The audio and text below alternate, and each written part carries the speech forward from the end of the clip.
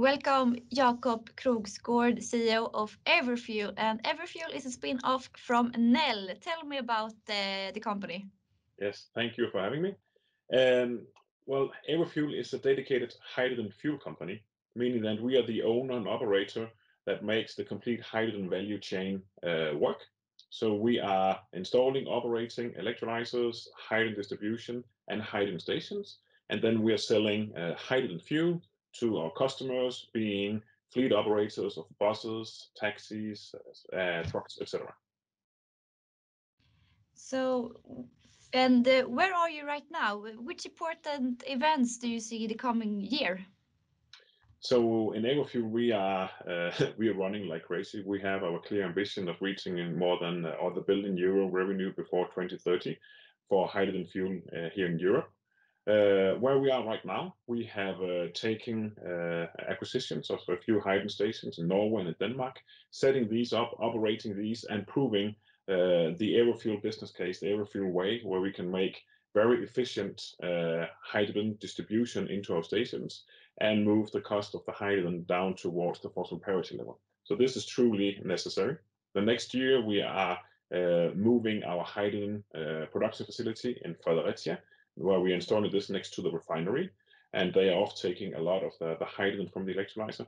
This one will put the shovel in the ground, and we will be very far when we are 12 months from now. So this is going to be very interesting. Hydrogen cars is it's a long way away. What's your comment about that?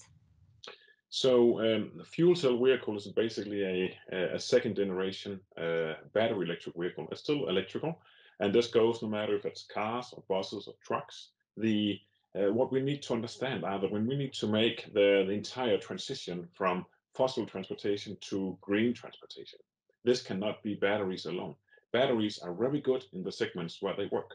So when you can charge them and you have enough time and the weight is not an issue, and the electrical grid has enough capacity, and you can charge simultaneously with the renewable energies. All of the places where this doesn't work, let's take trucking and long haul buses, many trains, etc., then it's completely impossible to do this without having much more energy storage that you can do in hydrogen, and we can then fuel those vehicles much faster than if you were to charge them with batteries. Okay, but how many years do you think it's left before we have hydrogen cars? So left before we have hydrogen cars, well, I have been driving my private family car on with fuel cells since 2014. So if that's your question, then it's 7 years ago. So the fuel cell cars are around, the technology exists. What have been lacking are the chicken and the egg dilemma, vehicles or infrastructure. Now we're doing it simultaneously. We're building the infrastructure where we're basically only what we need is renewable electricity. Anything else we will build, own and operate.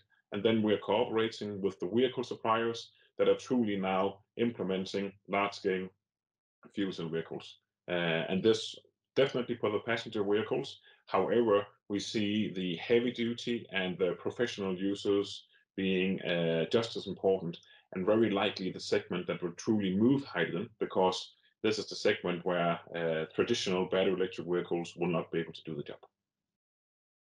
Thank you very much. Very good. Pleasure.